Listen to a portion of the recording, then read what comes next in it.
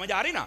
तो इस वास्ते कई बदनसीब मिलते रहते हैं। तो मैंने एक जगह तकरीर की तो ये कहता है ए जी इतने फिर सिहाबा का तो जिक्र ही कोई नहीं। मैं क्या खलोए, वैसे तो लफ्ज़ आल में सिहाबा भी होते हैं। कहते यार मैंने एक गल दस इतने बंदे की कहते में हजरत मीरे मुआविया इमाम हसन की सुलह हुई है, तो कई बंदे नहीं मानते।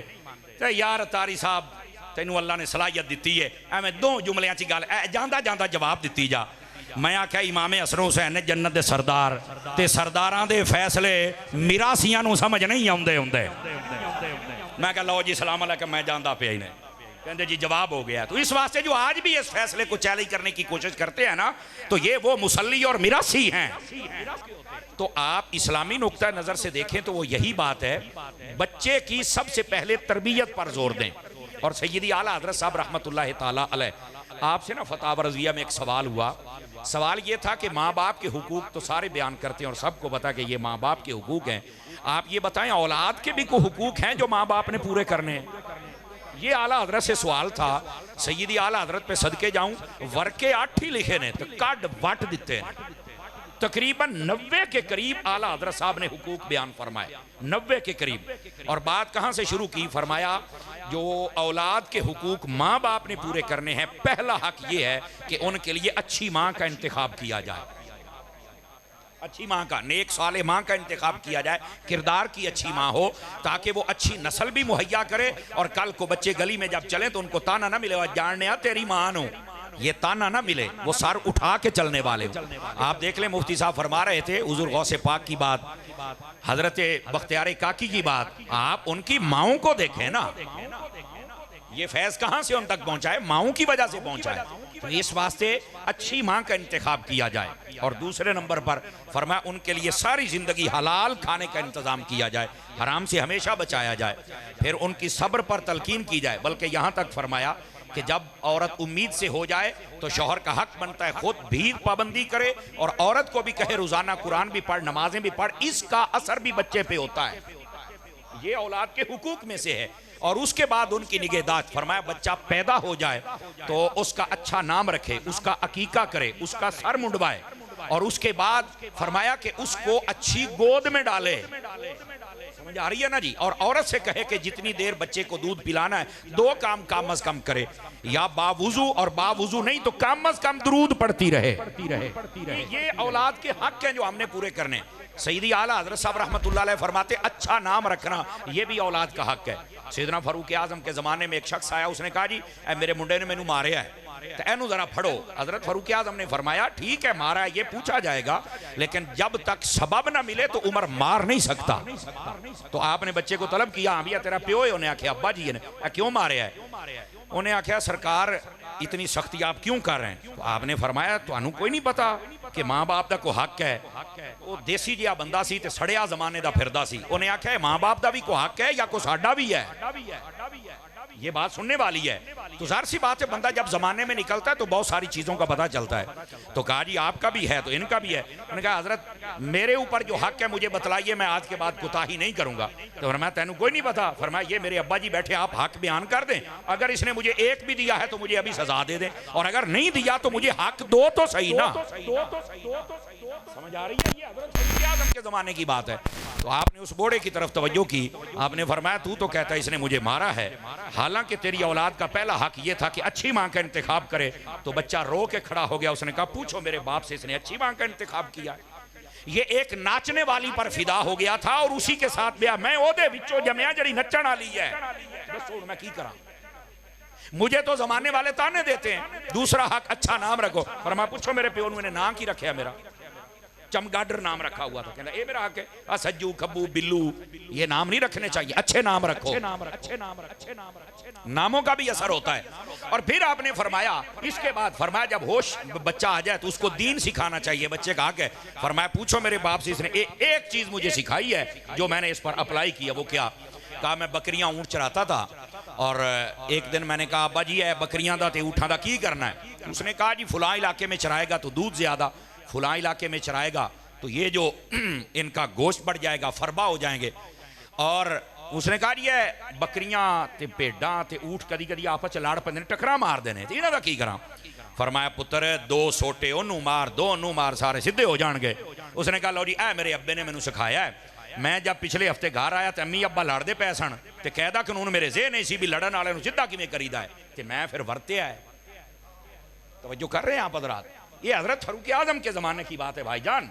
तो इस वास्ते ये तरबियत करना औलाद की ज़रूरी है। हजरत फारूक आजम रो पड़े, फरमाया बूढ़े शुक्र कर तेरे बच्चे ने तुझे कत्ल नहीं किया, इसने अभी तुरे इसका हक अदा करो। तो औलाद का हक है इनकी तरबियत करना, हलाल खिलाना और इनका अच्छा नाम रखना। बल्कि नबी पाक अलैहिस्सलाम ने इरशाद फरमाया इफ्ताहू सिबियानकुम बिअव्वल कलिमतिन ला इलाहा इल्लल्लाह, फरमाया तुम्हारा बच्चा जब जबान खोले तो सबसे पहले उसकी जबान से ला इलाहा इल्लल्लाह निकलना चाहिए, उसकी जबान से अल्लाह का लफ्ज निकलना चाहिए। ये तरबियत, ये आला हज़रत साहब ने भी इस बात को लिखा और ये वैसे तरबियत का भी हिस्सा है। और फिर सैयदी आला साहब रहमतुल्लाह अलैह फरमाते हैं इस बच्चे की तरबियत करने के साथ साथ इसको दीन सिखाए, और दीन सिखाने के बाद फरमाया कंजूसी से काम ना ले, हफ्ते में कम अज कम एक मरतबा गोश्त खिलाए, समझ आए। फरमाया इनकी खुशी पर इनको शाबाश दे, और जब गलती हो तो उस गलती का तयन करने के बाद सजा दे, लेकिन सजा में कभी भी चेहरे पर कुछ ना मारे, इतनी सख्त सजा ना दे कि हड्डियां तोड़ दे। और फरमाया कि ज्यादा बेहतर है कि अपनी आंख से समझाए। ये हकूक बयान हो रहे हैं जो औलाद के हमने अदा करने हैं। आला हज़रत साहब रहमतुल्लाह अलैह के ये तरबियत का हिस्सा है। बल्कि नबी पाक सल्लल्लाहु अलैहि वसल्लम के तालीम, दीन की ये तालीम है। नबी पाक अलैहिस्सलाम ने शोबुल ईमान शरीफ में हदीस है, आका करीम अलैहिस्सलाम ने इरशाद फरमाया तुम्हारा जो कोड़ा है ये अपने घर की नुमाया जगह पर लटका रहना चाहिए। और फारूक आजम पूछा करते थे कि तुम्हारे घर के अंदर कोड़ा लटक रहा है तो इसका क्या? ये कोड़ा एक सजा देने का आला है, उसके साथ सजा दी जाती है। पहले जमानों के अंदर, अरब के अंदर आज भी राइज है ये कोड़ा। तो कहा कि इसका क्या फायदा होगा? तो फरमाया कोड़ा घर में लटकाने के बाद कह दिया करो कि ये तुम्हारी तरबियत के लिए और हुस्न अदब के लिए हमने लटकाया है। हम तुम्हारे लिए कमाते हैं, बाहर जाते हैं, 100 सज्जन 100 दुश्मन बनाते हैं, लेकिन इसका यह मतलब नहीं कि हमें उसके बदले में जो तुम दे रहे हो वो बेअदबी और बदतमीजी की सूरत में। अगर तुमने हमारी इज्जत और एहतराम किया, दीन का किया, तो आपको सब कुछ मिलेगा, वरना फिर आपकी खुराक कोड़े से पूरी की जाएगी। समझ आई? कोड़ा नुमाया जगह पे घर पे लटकता रहना चाहिए। फरमाया कि ये तरबियत है और ये औलाद के जो हकूक है उनमें से हक है। फरमाया ये खामोश मुबल्लिग होता है जरा कान ते लमके अखल होता है, खामोश मुबल्लिग कान ते लमके अखल होता है। और उन्होंने पता जे मैं हरकत की थी तो बाबे और थले आ जाना है। तो इस वास्ते ये औलाद के हकूक पूरे कीजिए। और फिर सैयदना फारूक आजम रज़ी अल्लाह ताला अन्हु आप घरों में पूछा करते थे कि तुम्हारे घरों में ये कोड़ा है, और पूछा जाता क्यों कहते हैं? फरमाया नबी पाक फरमाते थे घोड़ा अच्छा, ये कोड़ा नुमाया जगह पे लटकाओ चूंकि ये भी तरबियत करने में तुम्हारी मदद करता है, मर्दों की भी, औरतों की भी, बच्चों की भी, तो इसलिए इसको लटका देना चाहिए। और आला हजरत ने फरमाया दुनियावी वजह से सजा नहीं देनी चाहिए, दीनी वजह से सजा देनी चाहिए। बच्चा 7 साल का उम्र का हो जाए तो नमाज के लिए कहा जाए, 10 साल का हो जाए तो मार के पढ़ाई जाए, लेकिन मार के लिए वही म्यार है जो मैं पहले अर्ज कर रहा हूं। समझ आ रही? उसके बाद फरमाया इसको दीन सिखलाइए, और दीन में सबसे बड़ा बाब जो आपने फरमाया अदब सिखाइए। सबसे बड़ा बाब अदब का है, और इस पुरफितन दौर के अंदर अदब ही की तो जरूरत है। और नबी पाक अलैहिस्सलाम की तालीमात को देखें तो आपने भी यही बात इरशाद फरमाई, अद्दिबू औलादकुम अला सलासा खिसाल, फरमाया अपनी औलाद को 3 चीजें सिखाओ। पूछा क्या क्या? फरमाया हुब्बा नबिय्यकुम व हुब्बा आले नबिय्यकुम व हुब्बा अला तिलावतिल कुरान। फरमाया कि अपनी औलाद को तुम अपने नबी का प्यार सिखाओ। और यहाँ शारी ने हदीस में लिखा नबी का प्यार आप सिखा सकते हैं। कैसे? फरमाया अपनी गोद में बिठा के आप अगर ये कहें कि बेटा ये जो सितारे हैं मेरे बुलाने से नहीं आ सकते, लेकिन हमारे जो नबी थे इशारा करते थे चांद भी आ जाया करता था, तो वो मोहब्बत सीख जाएंगे। और आप अगर आपने ये कहा साढ़े नबी तो मार के टुर गए तो साडा सलाम भी नहीं सुनते तो क्यों अंगूठे पे चुमदे हो, तो फिर तो तुसी सिखा लिया ना। तो अपने किरदार के साथ भी हम नबी का प्यार सिखा सकते हैं। जब रबीउल अव्वल का महीना है तो सबको बताया जाए 14 अगस्त नू पाकिस्तान आया है, ये रबीउल अव्वल नू कुरान दा साहिब आया है। नबी पाक की मोहब्बत इस अंदाज में डाली जाए उनके सीनों के अंदर, और कहा जाए ए पुत्र मैं जरा तेनू प्यार पिया करना ना, ये मैं तेनू कोई नहीं सी करना जे मदीने दा ताजदार ना होंदा था। बच्चे के दिल में खुद ब खुद मोहब्बत पैदा हो जाएगी। और आले नबी का प्यार, नबी पाक शोबुल ईमान शरीफ में हदीस मौजूद है, सैयदी आला हज़रत साहब रहमतुल्लाह अलैह आपने फतावा रज़िया शरीफ में इसको लिखा। फरमाया नबी पाक अलैहिस्सलाम इरशाद फरमाते हैं उस वक्त तक कोई बंदा कामिल मोमिन नहीं हो सकता जब तक मैं उसके नजदीक सारी कायनात से ज्यादा महबूब ना हो जाऊं और मेरा घराना उसे अपने घराने से महबूब ना हो जाए और मेरी अहले बैत उसे सारे जमाने की अहले बैत से महबूब ना हो जाए। ये नबी पाक अलैहिस्सलाम फरमा रहे हैं। तो आका करीम अलैहिस्सलाम की जो आले पाक है उसकी मोहब्बत, उनकी कुर्बानियां सिखाइए। आज हम जब मुहर्रमों पर भी तकरीर करते हैं तो हम इमाम हुसैन की कुर्बानियां, शुजाअत और जज्बा और इसार और उनका कुरान और उनकी नमाज और उनका सजदा, उनका तकवा, उनका पर्दा, इसको बयान नहीं करते। हम तो मसाइब बयान करते हैं। ओ लुटे गए, ओ जड़ा हुसैन है वो लुटिया नहीं गया, जिहदे कोल पूरी जन्नत की सरदारी होवे वो कित्थों लुटिया गया? यार खुदा का खौफ करें, वो नहीं लुटिया गया। ये औरों का अकीदा है, हमारा नहीं है। हम तो ये कहते हैं कि ये उनका था सब्र। ये क्या था? उनका सब्र। वरना हकीकत ये है वो इशारा कर दे तो सारे मसले ही हल हो सकते हैं। ये सब्र और इम्तिहान था जिसको उन्होंने बर्दाश्त फरमाया। और ये जो आज हमें कहते हैं कि हजरत अली वहां पर मदद करने नहीं कहते, तुम तो हजरत अली को मुश्किल कुशा कहते हो। तो मैं क्या, पैदा होते ही इमाम हुसैन के नबी पाक को भी पता चल गया था, सैयदा कायनात को पता चल गया था, मौला मुर्तजा को पता चल गया था कि हमारे इस बेटे ने शहीद होना है। तो मैं क्या, उस वेले उन्होंने दुआ क्यों नहीं कराई? कहता यार गल तो ठीक है तेरी। मैं क्या क्यों नहीं कराई? कहना मैंने तो नहीं पता। मैं क्या पता होंदा तो सुनी ना होंदा, बाद में तू एतराज ही ना करता। तुम्हें असल जब नबी पाक को पता है वो दुआ कर दें डूबा सूरज वापस आ जाए, ऐसा ही है ना, चांद टूट जाए, आप जो कहें वो हो जाए। तो क्या दुआ करते या अल्लाह हुसैन की मुसीबत टाल दे, ये शहीद नहीं होना चाहिए? तो टाल नहीं सकती थी, पर यही दुआ की या अल्लाह इसको सब्र देना है। समझ आ रही है ना? और इसका जवाब सुन लीजिए। मैं हजरत उलमा बिल्कुल हजरत शाह साहब की तवज्जो चाहता हूं, और वो ये है भाईजान पता था लेकिन इस्तिकामत की दुआ की। वजह क्या है? आप अगर दुआ कर देते ना तो फिर भी लोग कहना सी वेखे आपने बचा ले, नहीं तवज्जो फरमाई ना, ये भी नहीं किया आपने। और फिर मैदान में तैयारी करवा के भेजा, सजदे में थे ऊपर बिठाया, फरमाया कि सजदा तेनू करना पैना है, आज प्रैक्टिस कर, देख तेरा नाना सजदा कैसे करता है। कंधों पे बिठाया और इमाम अली पाक को सवारी करवाने का तरीका बताया। समझ आई? जबान चुसवाई। तवज्जो नहीं कर रहे कि प्यास बर्दाश्त करना आसान हो जाए। अल्लाह अकबर, ये तैयारी हो रही है। बाबा ए गल सुनिया जे, मैं देसी बंदा तो देसी तरीके से गल करा। अगर नबी पाक सल्लल्लाहु अलैहि वसल्लम पीछे दुआएं करते तो कोई बातें कर रहे वे ऐ हुण मिन्नतां ते तरले वाली गल आ गई है। भाईजान जिनका बच्चा नालायक होता है, तवज्जो फरमाएंगे मेरी तरफ, जिनका बच्चा नालायक होता है वो पिछे सिफारिशां लब देने जे किसी तरह ये इम्तिहान चो पास हो जाए तेनू होवे भी कुछ ना। जिनका बच्चा हुसैन जैसा है वो सिफारिशें नहीं करते, वो कहते हैं तैयारी हमने करवाई है, जो सवाल होगा हुसैन हल करके दिखा दे। तो इस तरह आले रसूल का प्यार, उनकी कुर्बानी, उनकी शुजात, उनकी बहादुरी, उनका जज्बा ये बयान किया जाए ताकि पता चले आले रसूल क्या हैं। तवज्जो है ना हजरात? और फिर नबी पाक सल्लल्लाहु अलैहि वसल्लम आपका जो कुरान मजीद है इसकी मोहब्बत लोगों के सीनों और दिलों में डाली जाए। अब मैंने ना एक जगह तकरीर की, आपको पता है हर को 2-4 महीने तो बाद कोई ना कोई बदनसीब मेरे गाटे फिट हो जाता है। और ये जाहिर सी बात है जब मैंने मसलक का काम करना है तो ये काम तो फिर होना ही होना है ना।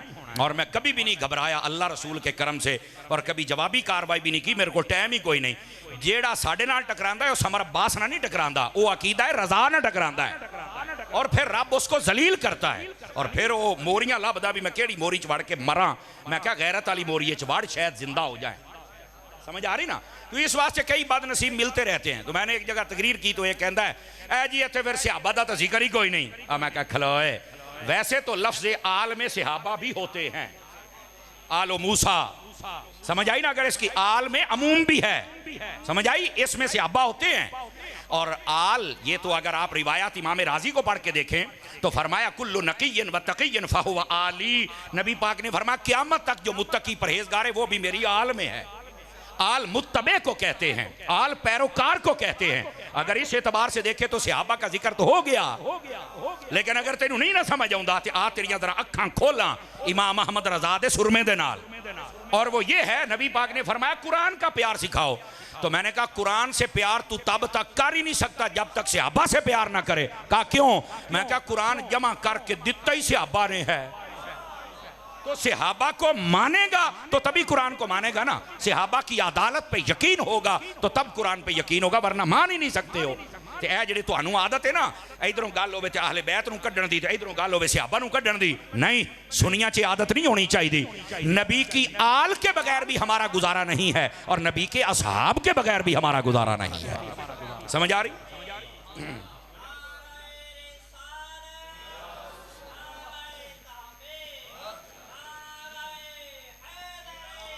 तवज्जो है हजरात आपकी? तो जरा इस बात को आप समझने की कोशिश करें। तो नबी पाक अलैहिस्सलाम यूं तरबियत फरमाते हैं, बल्कि आका करीम अलैहिस्सलाम आपके पास ना एक बच्चा लाया गया। तवज्जो है, अबू दाऊद शरीफ में है, रिवायत मौजूद है। एक बच्चा लाया गया कि ए बच्चा ना किसी के हत्थी नहीं चढ़ता, तो ये ना खजूरां नूं वट्टे मारदा है, तो पक्कियां खजूरां सिट के खांदा है। नहीं तवज्जो फरमा रहे, वो नबी पाक के सामने पेश किया गया। अब नबी पाक सल्लल्लाहु अलैहि वसल्लम का अंदाज़े तरबियत देखिए, आपने करीब किया, सर अक़दस पे उस सर पर हाथ फेरा और उन्होंने आप फरमान लगे। अब ये बात सुन लीजिए ज़रा, मसला भी है आपके लिए। फरमाया पुत वट्टा मार के ना थले सिटिया कर, जड़ियां थले पईयां होंदियां ने वो खा लिया कर, तुहाडे वास्ते इन्नियां ही काफ़ी ने, ए थले वालियां खा लिया कर। यहाँ पर मसला भी सुन लें, नीचे गिरी हुई खजूरें बच्चा खा ले तो खैर है, वड्डे जानबूझ के ना खाएं। नहीं तवज्जो फरमा रहे, बड़ों के लिए मसला और होता है, ये बच्चों का मसला है। और बच्चा अगर कोई चीज़ आपकी दुकान से या मूंगफली चौक के खा ले तो फिर कुटिया मारिया भी ना करो। हाँ बच्चा है ना, तो यहाँ फरमाया वट्टा मार के ना सिट्टी ते जड़ी थल्ले डिगी हुई चौक के खा जाए। अब नबी पाक ने ये कह के ना एंड करके वेख के हजूर ने फरमाया, या अल्लाह तू इसका पेट नहीं भर देता। एनी कहण दी देर सी, वो बच्चा थल्ले डिगिया भी नहीं सी खांदा। किसने पूछा की होया है? फरमाया मालका ने ढिड ही इंज दा भरिया है ना, मैनू भुख लगदी कोई नहीं।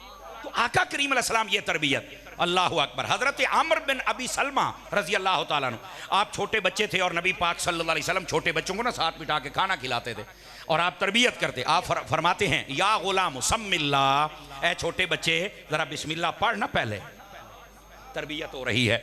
और उसके बाद फरमाते हैं, कुल मिम्मा यलीक, फरमाया जेड़ा तेरे नजदीक खाना है वो, ये नहीं कि ओ इधर लेके आनी, नहीं, फरमाया करीब से खाना खा। वकुल मिम्मा यलीक, और फरमाया बिल्कुल करीब वाला खाना तू खा। समझ आ रही है? ये नबी पाक अलैहिस्सलाम आप तरबियत फरमाते हैं। तो ये जो तरबियत औलाद है, यकीन करें ये इतना बड़ा बाब है, अगर हम इसमें कामयाब हो जाएं तो हमारी आधी टेंशनें हमारे घर से वैसे ही खत्म हो जाती हैं।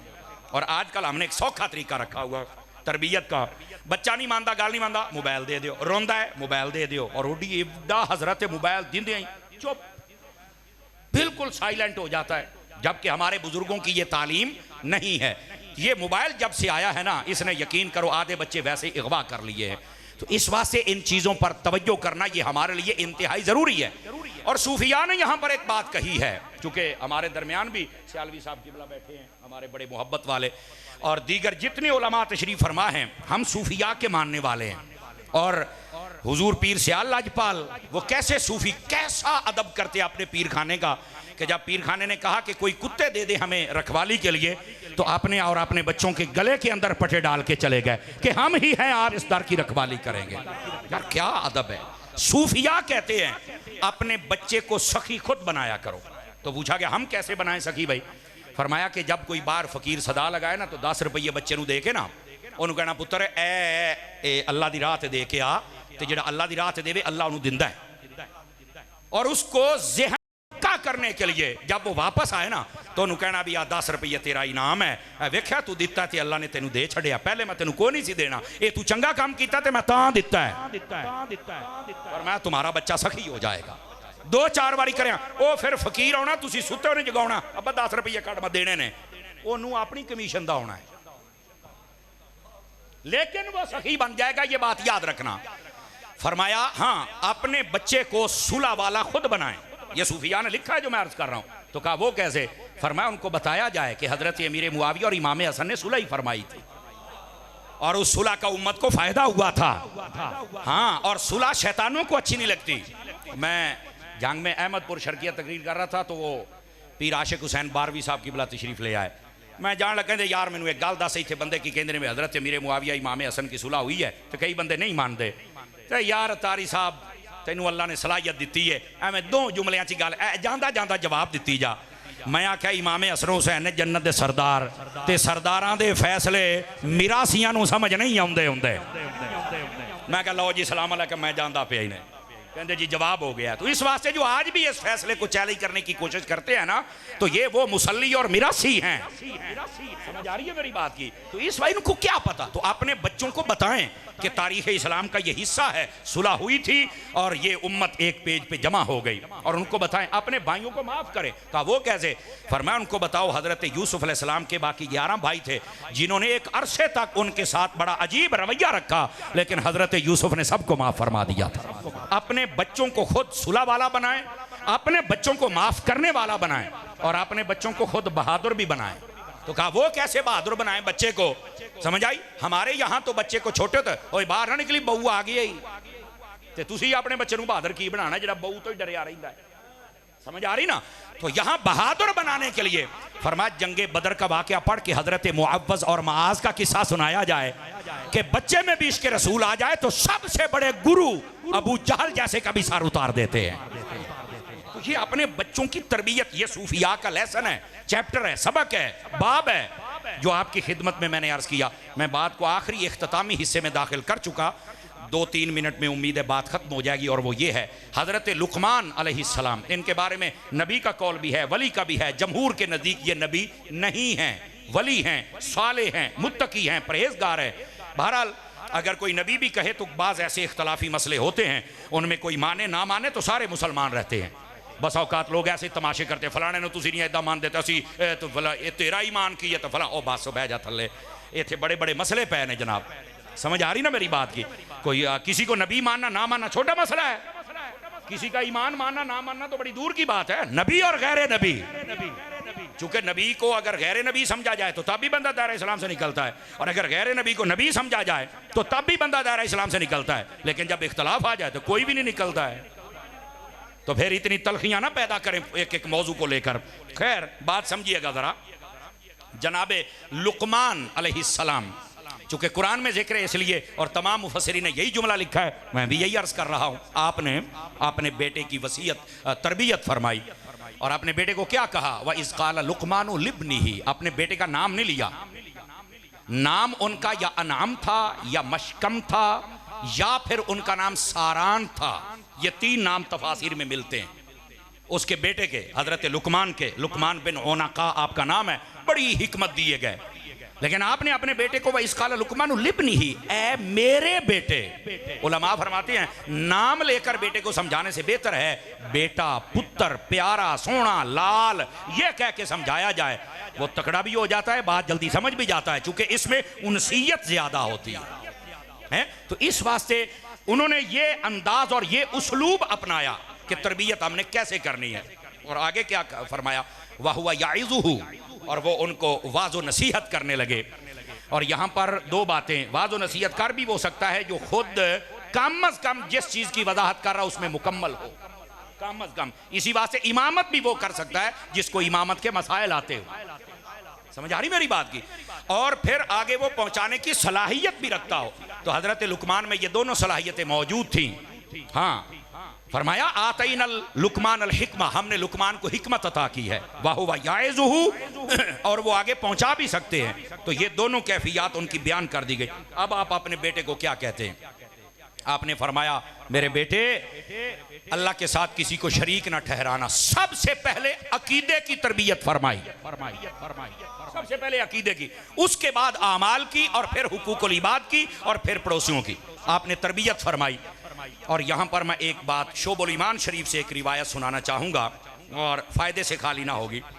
जनाब लुकमान अलैहिस्सलाम ने अपने बेटे से कहा मेरे बेटे मैंने अपनी ज़िंदगी में बड़े बड़े वज़नी पत्थर उठाए हैं, वज़नी लकड़ियाँ भी उठाई हैं, मेहनत मैंने बहुत की है, मैंने वज़नी से वज़नी लोहा भी उठाया है, लेकिन मुझे इतनी मुशक्क़त नहीं महसूस हुई जितना गंदे पड़ोसी की मुशक्क़त और वज़न होता है। फरमाया पड़ोसी कभी गंदा ना बनाना। ये शोबुल ईमान शरीफ में रिवायत बाकायदा तौर पे मौजूद है। हजरत लुकमान अपने बेटे की तरबियत कर रहे हैं। गंदा पड़ोसी, यही वजह है इंसान की खुशनसीबियों में से ये है कि इंसान का पड़ोसी अच्छा हो, इंसान का घर कुशादा हो, इंसान की बीवी अच्छी हो और रोजगार उसके शहर में हो, तो ये इंसान की खुशनसीबियों में से है। और एक रिवायत के मुताबिक इंसान की सवारी अच्छी हो, ये भी इंसान की खुशनसीबियों में से है। तो पड़ोसी का अच्छा होना। अब जिन्हां दे गुआंढी लड़ते भिड़ते हर वेले रहिंदे ने, यकीन करो डांगो डांगी, यकीन करो उनको सुकून नहीं आता। गंदा पड़ोसी हो ना तो बस औकात बंदा सो भी नहीं सकता कि पता नहीं हुणे ने की करना है, हुण की करना है। शरीफ बंदे के लिए तो वैसे ही मसला बन जाता है। तो फरमाया मैंने बड़ी मुशक्कतें उठाई हैं पर गंदे पड़ोसी जैसी मुशक्कत कोई नहीं। तो फरमाया गंदा पड़ोसी नहीं होना चाहिए। इसी वास्ते आपके इल्म में होना चाहिए, साडे बुजुर्ग कहते हैं गंदे बंदे नाल साला कबर भी ना होवे, कहते हैं कि नहीं कहते। और ये मैं बुखारी शरीफ से अगर आप तवज्जो करें तो एक जल्दी से नुक्ता अर्ज करूं। बुखारी शरीफ के अंदर हुजूर ये हदीस मौजूद है, नबी पाक ने फरमाया जिन लोगों की जायदाद ज्यादा हो जाए ना, जायदाद ज्यादा हो जाए और वो नस्ली लोग ना हों और फिर उनके पास सवारियां ज्यादा आ जाएं, घोड़े वगैरह, तो फरमाया कि उनकी तबीयत बदल जाती है। हाँ, अगर उनके पास बकरियां आ जाए तो फिर भी तबीयत बदल जाती है। तो पूछा हुजूर इसका मतलब क्या है? तो नबी पाक ने फरमाया जिनके पास जायदाद ज्यादा हो जाए, पहले नहीं थी, तो वो बसा औकात कमीने बन जाते हैं। फिर वो ऐदते भी कब्जाते, ऐदते भी कब्जाते, ऐदते भी कब्जा। वो तैनू जे लभ गई है थोड़ी च बहुता पै गया ते जर जर के खा, सारियां ते चढ़दा फिरना है, फिर अदालत च भी जलील होना है। तवज्जो है कि कोई नहीं है? तो ये जो कमीने लोग होते हैं ये उनकी सिफत होती है। जो कुछ लभ गए तो फिर दुनिया के पीछे पै गए हैं। एक तेरा पेट है उस जगह नू काबू कर ला, हुण सारा शहर ही तेनू दे चढ़िए। नहीं तवज्जो फरमा रहे आप हज़रात। तो ये गंदी सिफत लोगों के अंदर होती है। ये नबी पाक ने फरमाया उनमें तकब्बुर पैदा हो जाता है। फिर वो एवं चलता फिरदा 6-5 5.5 फुट का फिरौन बनया फिरदा हुंदा है, यकीन करो। और फिर दूसरी बात नबी पाक ने फरमाया जिनके पास घोड़े हों, सवारियां आ जाएं, उनके पास भी तकब्बुर पैदा हो जाता है। लेकिन फरमाया बकरियां हों उसके पास तो फिर उसकी तबीयत में तकब्बुर नहीं आजिज़ी पैदा हो जाती है। वजह यहीं पर लिखा है, फरमाया जो बंदा ये शेर होंदा ना, शेर ओदी खलड़ी के उत्ते बहना शुरू कर दे भी उसकी तबीयत में भी तकब्बुर पैदा हो जाता है। इतना सोबत का असर है। बकरी और भेड़ इसकी खाल पे बैठो, अल्लाह तुम्हारी तबीयत में नरमी पैदा फरमा देगा। तो जदों इन्हां दी गुआंढ और सोहबत मिल जाए तो इन्ना असर होंदा है। तो फिर गंदा पड़ोसी होवे तो की होएगा? अच्छे पड़ोसी का इंतखाब किया करें। काश के सुन्नी हो, आश के रसूल हो, तो फिर काश के भरा होवे। समझ आ रही है ना? तो इस वास्ते इकट्ठे रहने की कोशिश करें। ज्वाइंट फैमिली में हम बहुत तंग होते हैं। जेड़ी औरत ज्वाइंट फैमिली दियां सब तो ज्यादा नफरत फैलाती है ना, मैं नहीं रह सकती, जब ये खुद बूढ़ी होती है तो सारे बच्चों को यह सब तो ज्यादा दलीलां दिंदी बैठी होंदी है, कट्ठे रहा करो, कट्ठे रहने का फायदा आ। तो मैं कहा तू तो सारियां किणी किणी कर छड़िया सी, तू तो किसी ने भी कट्ठे नहीं रहने दिता सी।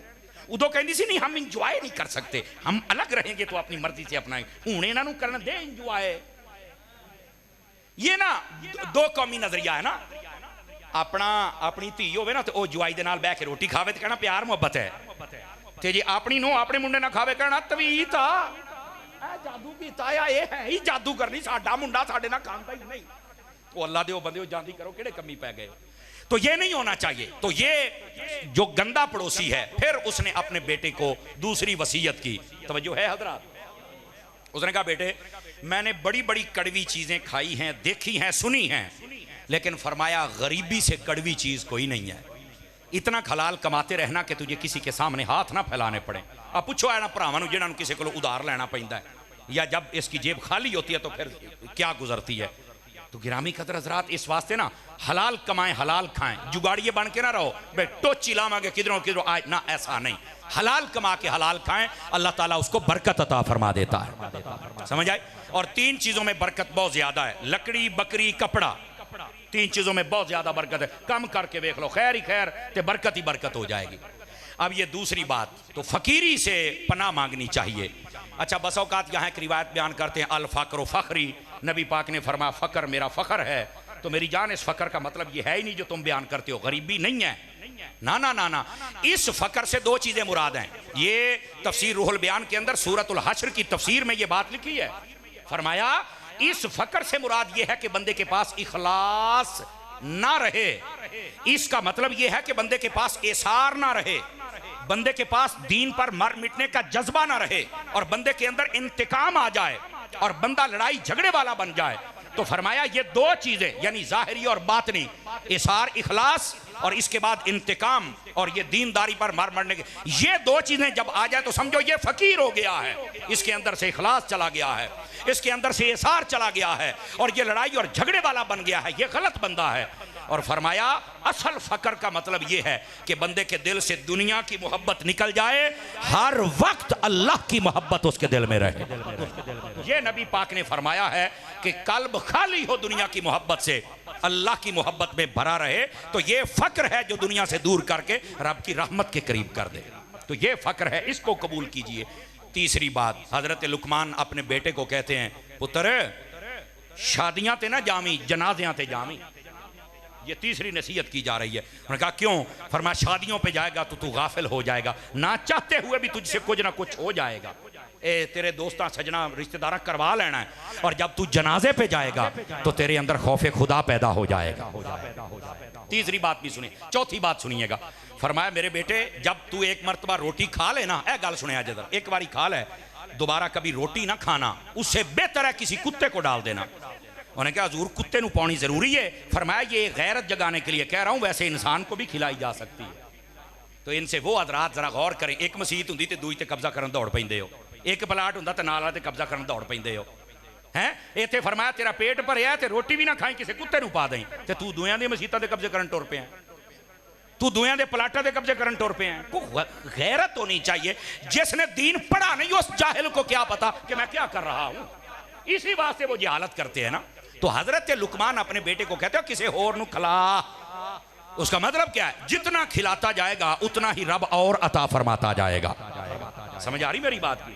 ये हजरत लुकमान ने अपने बेटे को नसीहत और वसीयत फरमाई, और ये तरबियत के लिए बड़े ज़रूरी उसूल हैं, और उम्मीद है आप याद रखेंगे तो आपको भी बहुत फ़ायदा होगा। अल्लाह करीम हम सब की आज की हाज़िरी कबूल फरमाए, और हमारे अजीज़म बेटे सादुल हुसैन साहिब, अल्लाह करीम हमारे इस अजीज़ बेटे को खैर बरकत नसीब फरमाए, आलिम बाअमल बनाए, अपने बाप और दादा के नक्शे कदम पे चलाए, बल्कि हुजूर पीर सियाल लजपाल का खादिम सही बनाए, और उनकी तालीबात का नाशिर व फैज़ान इनको अता फरमा दे। और जितने उलमा मशाइख ने शिरकत फरमाई, अवाम अहले सुन्नत ने मुहब्बतें फरमाई, मैं देख रहा हूँ महल्ले के कई समझदार चौधरी किस्म के बंदे वो भी इस महफिल को देख रहे हैं और मेहमानों को बिठा रहे हैं। तुमने इस आलिम की इज्जत की है, अल्लाह तुम्हारी इज्जत में बरकत अता फरमाएगा। और इसी तरह महल्ले वालों तुम्हें शाबाश हो। अरसा दराज से कारी साहब यहाँ खिदमत सर अंजाम दे रहे हैं, और आपकी इनके साथ मुहब्बतें हम देख भी रहे हैं, सुन भी रहे हैं। तो आज मैं अखी वेखदा पिया, कई समझदार सियाने चौधरी किस्म के लोग मैं वेखदा पिया हूँ, मेहमानों को बिठा रहे हैं, दरियाँ बिछा रहे हैं, और पानी तो रोटी का इंतजाम करते पे ने। मुझे बड़ी खुशी हुई है। और उलमा फरमाते हैं कि जो हलाली खून होंदा है ना, वो अपने आलिम की इज्जत जरूर करता है। तुमने हमारे कारी सखी साहब की इज्जत की, अल्लाह तुम्हें सखी बनाएगा, और अल्लाह इनकी औलाद को सखी बनाए। और कारी साहब भी बड़े बाखलाक है माशाल्लाह, अकीदे उसूल के पक्के हैं। कोई अपना छुटदा है छुट जाए, सानू टेंशन ही कोई नहीं, मिजाज ये होना चाहिए। लेकिन जो मोहब्बत वाले हैं वो जब भी आते हैं उनसे बड़ी मोहब्बत और प्यार और खंदा पेशानी से मिलते हैं। अल्लाह ताला इस अहले मोहल्ला की मोहब्बतें कारी साहब के साथ और कारी साहब की मोहब्बतें अहले मोहल्ला के साथ वाबस्ता फरमाए, मज़ीद बरकत दे। और हमारे शहर में जैसे अल्लामा कारी साहब आपका कंजुल कुरान इदारा है, मज़ीद उसकी शाखें हैं, और यहाँ अलकमर सिटी के अंदर पीर सियाल लजपाल के नाम पर इदारा है, और उसकी भी अब शाखें बढ़ रही है इसी शहर के अंदर, बल्कि अब तो गाँव तक चली गई हैं अल्लाह की रहमत के साथ। तो ये जहालत और गुमराही का सूरज डूबने वाला है, डूब चुका है, इन्ना को रहिंदा है इंशाअल्लाह। ये तुसी वेखोगे, अपनी अखी वेखोगे। हाँ, मैं को वली नहीं तो ना मैं को पेशन गोइयां करना, लेकिन मुझे ये पता है कि मसलक दी रब कांड नहीं लगन दिंदा। समझ आ रही ना? और इसी तरह हजरत पीर सैयद नदीम हैदर शाह साहब मशहदी इतना प्यारा मॉडल इदारा बनाया, यहाँ अक्सर उलमा बैठे, इनकी बेटियां इनके इदारे में पढ़ रही हैं। अल्लाह ने बड़ी सलाहियतों से नवाजा है। व दीगर जितने आहले मोहब्बत है, जिन का भी इदारा है, अगर मैं किसी का नाम नहीं ले सका मैं माजरत खा हूँ, लेकिन सबसे ये ज़रूर कहूँगा मसलक पर कभी सौदा ना करना, वरना अपनी जिल्लत तुम अपनी आंखों से देखोगे।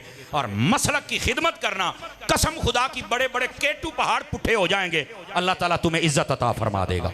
आमीन बिजाहे हबीब कल करीम सल्लल्लाहु अलैहि व आलिहि वसल्लम।